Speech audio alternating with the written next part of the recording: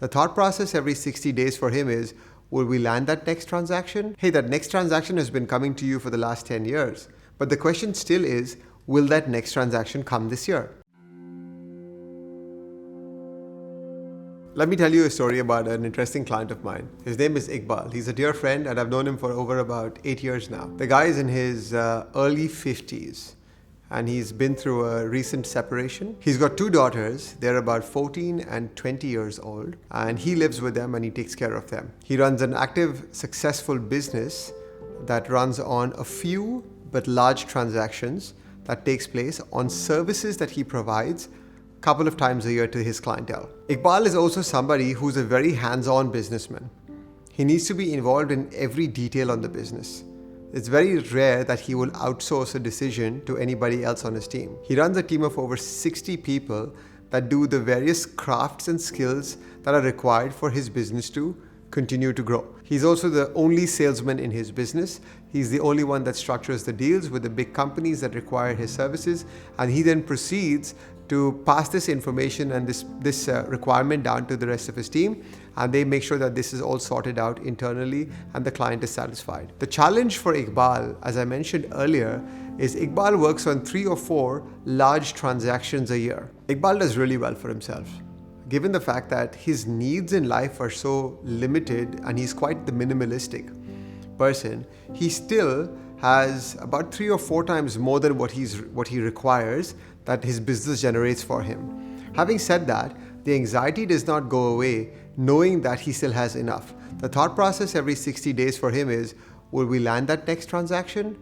Hey, that next transaction has been coming to you for the last 10 years. But the question still is, will that next transaction come this year? The anxiety is there also because he has those 60 days between the 2 transactions where nothing's happening. The other things that keep him up at night have to do around the accounting system for him. Iqbal looks at it from a perspective of the fact that he has 2 daughters that he's responsible for financially, but he's the only person in the family that understands the trade and the business, and the question about what will happen to his children in the event he was no longer there. Of course, we've addressed most of these issues with the life insurance policies and the proposition in place that will ensure that they're taken care of. But the issue around the succession of the business and the management of the business thereafter is a whole different ballgame. It's one of his peeve points. The second, of course, is the financial element of things. Being the micromanager, Iqbal hasn't hired a CFO. His business needs a CFO. He hasn't hired an accountant. His business needs an accountant. He hasn't hired a process manager or a systems manager. His business needs that. The reality is, his business not only needs that, but also has the means to pay for that. But his mindset is so micromanager that he can't let go of the reins that can now free up his anxiety. And the truth of the matter is, I would have the same levels of anxiety, if not more, as Iqbal has right now, had I not had the right team in place for me. The other thing that I do that really helps me out tremendously and takes away any potential anxiety is I find a community of individuals that are like-minded and that I can bounce my ideas off. Years ago, I decided to invest in working with a business coach, and the guy is based out of Toronto. His name is Dan Sullivan. He runs a company called The Strategic Coach. And over the course of the 8 years that I was with him, I learned so much, not just from the program and the course itself, but from the vast number of people that attended the program and the ideas that we got to bounce off each other. What drew me to Iqbal to begin with is years ago when I met him at a social gathering, we discussed our businesses with each other, and we realized that there were a lot of things that were in common with each other. We worked with the same type of individuals and we had a similar model. And by that I mean, I've taken on only 6 clients a year on average for the last 6 to 7 years.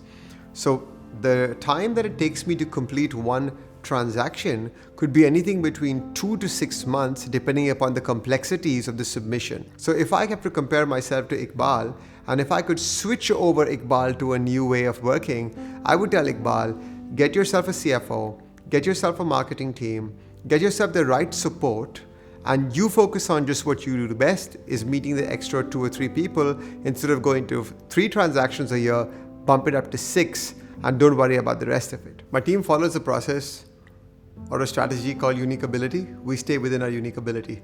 My role in the team is to go and meet clients and solve problems, understand the situation, come back with solutions. By taking this approach to managing all the outsourced stuff as well as the in-house stuff, It allows me to be in my unique ability and in that zone alone and focus just on the right solution for the client. And it allows each and every team member within the team also to just manage their own role together. Cumulatively, when we come together, we're in a position to take care of the client's requirements. This takes care of any potential anxiety or any distractions that may come upon during our entire process flow.